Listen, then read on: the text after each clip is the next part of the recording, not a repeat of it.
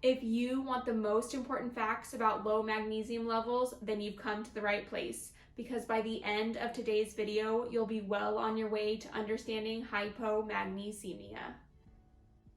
Hey, what's up you guys, and welcome back to my channel. So today we are going to talk about the pathophysiology, symptoms, diagnosis, and treatment of hypomagnesemia. We will hit commonly tested information with the goal of having you succeed in clinical practice. So if you're ready, grab a drink and let's get started. So if we take the word hypomagnesemia and we break it down, hypo means low, magnese is the prefix for magnesium, and emia means blood.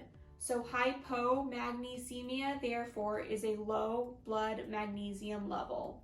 Normal blood magnesium is a range between 1.8 and 2.6 milliequivalents per liter. Therefore, hypomagnesemia is a blood magnesium level of less than 1.8.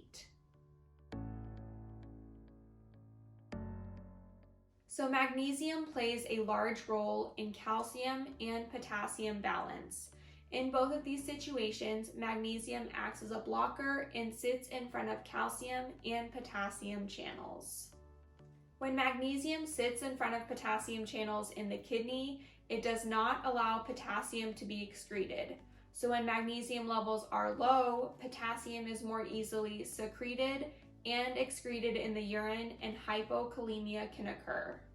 And when you get into clinical practice, this is one reason why doctors will check a magnesium level in hypokalemic patients. And it's also why you'll give magnesium to your hypokalemic patients. Magnesium also blocks calcium channels.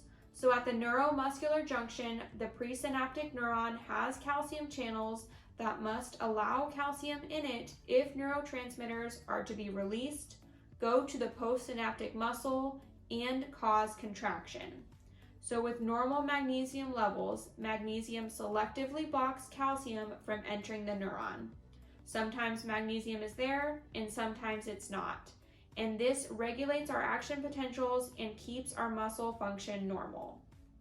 But with hypomagnesemia, magnesium is so low that there's not enough to block calcium channels.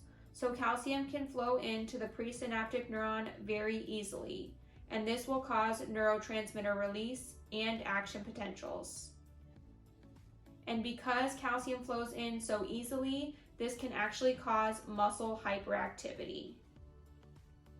Now, low magnesium can also lead to low calcium levels. Magnesium is needed to cause the release of parathyroid hormone from the parathyroid glands. So if magnesium is really low, then we cannot release parathyroid hormone. And we know that parathyroid hormone will increase calcium levels. So low magnesium equals low parathyroid hormone, which equals low calcium levels. And to remember that hypomagnesemia accompanies hypokalemia and hypocalcemia, I think of these three electrolytes as the three musketeers. They rise together and they fall together. So because magnesium is absorbed from the gastrointestinal tract and excreted by the kidneys, hypomagnesemia is caused either from a decreased absorption of magnesium or from an increased excretion of magnesium. A decreased absorption of magnesium is due to the following causes. The first is a decreased oral intake of magnesium, and this can occur in people with malnutrition or starvation. The second is GI losses due to vomiting or diarrhea. Remember that magnesium is absorbed from the gastrointestinal tract. So if we have a loss of GI substances through either the front door or the back door, then we can't absorb magnesium. And the third cause is alcoholism. Alcoholism tends to lead to poor dietary habits, which will in turn cause a decreased magnesium intake in our diet. At the same time, alcoholism actually increases the excretion of magnesium by the kidneys. And an increased excretion of magnesium will occur from the following causes. The first cause is medications like diuretics. The majority of magnesium is reabsorbed at the loop of Henle. Thiazide and loop diuretics block the reabsorption of electrolytes here.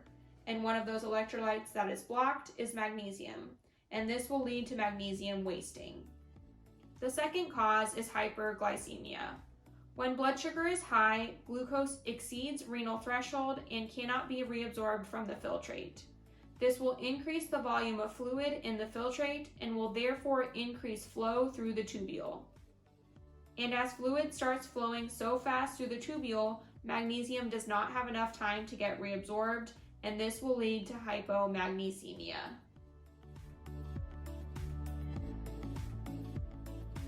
Because hypomagnesemia often accompanies or causes hypokalemia and hypocalcemia, we will see some of the same signs and symptoms that we saw for those here. So for the neuromuscular signs and symptoms, we will see things like muscle twitching and positive trousseau and Chvostek's sign. Remember we said that magnesium blocked calcium channels. So if magnesium is low, then calcium channels are wide open, and calcium can rush in whenever it wants and cause action potentials and muscle hyperexcitability. And this will lead to muscle twitching when you tap the facial nerve or when you pump up a blood pressure cuff on that arm.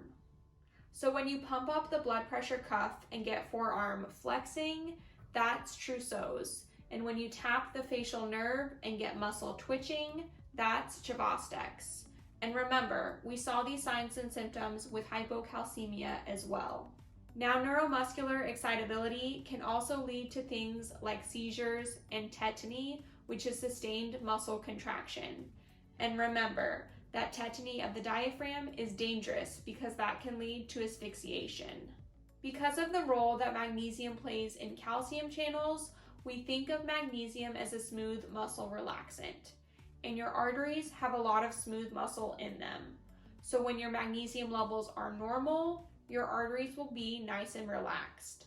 But when your magnesium levels are low, your arteries cannot relax, and this will cause your arteries to constrict, and that will lead to hypertension.